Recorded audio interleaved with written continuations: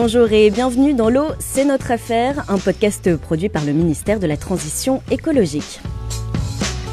Réduire la consommation d'eau au boulot, est-ce vraiment la mer à boire? Comment, par quels moyens, avec quels outils peut-on économiser l'eau dans sa filière? Des professionnels nous apportent leurs éclairages et leurs solutions. Aujourd'hui, on se met à table dans le milieu de la restauration. Saviez-vous qu'on utilise entre 10 et 20 litres d'eau pour la préparation d'un seul repas dans la restauration collective, pris sur place ou à emporter dans un établissement plus ou moins grand, équipé de machines plus ou moins performantes? Les données varient du simple au double. Même si la filière est loin d'être la plus gourmande en H2O, l'agriculture et l'industrie se trouvant en pole position, il existe plusieurs astuces pour réduire la consommation d'eau en cuisine et dans son restaurant.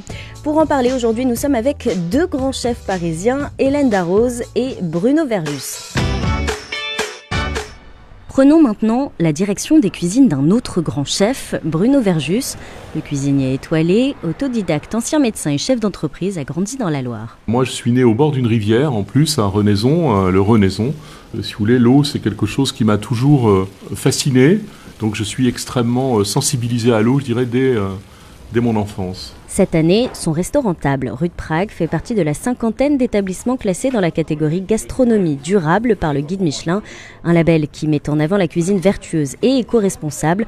Bruno Verjus travaille avec des producteurs respectueux de l'environnement et leurs produits d'exception, et il prend soin de toutes les ressources utilisées à sa table. Table est née du postulat suivant, qui était de dire de la façon dont l'on se nourrit décide du monde dans lequel on vit. Donc là, on comprend tout à fait que ce qui a donné naissance à ce restaurant, c'était effectivement cette force et cette philosophie de rapport au monde, de rapport à la nature, et qui entretient un rapport avec la nature, entretient évidemment un rapport avec l'importance de celle-ci.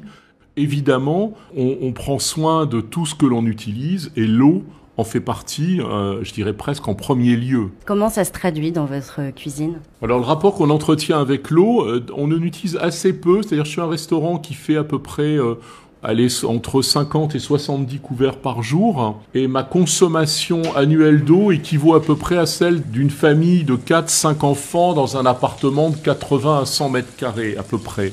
Pour réduire au maximum sa consommation, il suffit parfois de gestes simples comme la prévention ou la réparation rapide des fuites. Il faut savoir qu'un robinet qui goutte fait perdre 35 000 litres d'eau par an.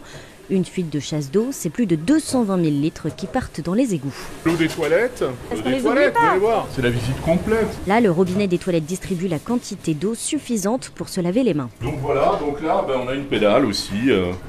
Voilà, et puis on a l'eau qui coule. Voilà, et puis ça va s'arrêter tout seul. C'est un peu plus long parce qu'effectivement, voilà, il ne faut pas que les clients aient tendance à appuyer 3 fois de suite. Des toilettes qui ne fuient pas. Voilà, vous avez tout vu. Dans sa cuisine, l'eau aussi est peu utilisée. Comme Hélène Darroze, Bruno Verjus privilégie la cuisson des légumes sans passer par la case blanchiment. Et quand elle n'est pas consommée, elle est recyclée.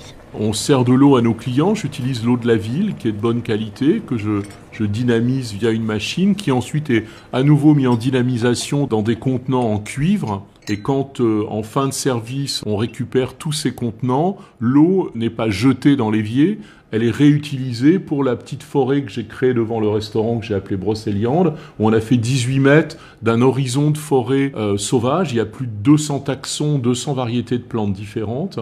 Et donc on reverse l'eau dans les jardinières qui elles-mêmes ne sont pas arrosées, puisqu'on a mis en place un système qui leur permet d'être autonomes en eau, avec notamment pas mal de poires de terre qui, au gré des accumulations, accumulent elles aussi de l'eau jusqu'à peu près 17 fois leur volume et peuvent le restituer ensuite doucement. Il y a un travail sur les mycorhizes aussi important pour la captation de l'eau et la redistribution aux plantes. Et donc le surplus d'eau, lui, il est dispersé comme ça un petit peu en fonction du temps, et plus en été évidemment qu'en hiver, sur les quelques plantes qui en auraient besoin.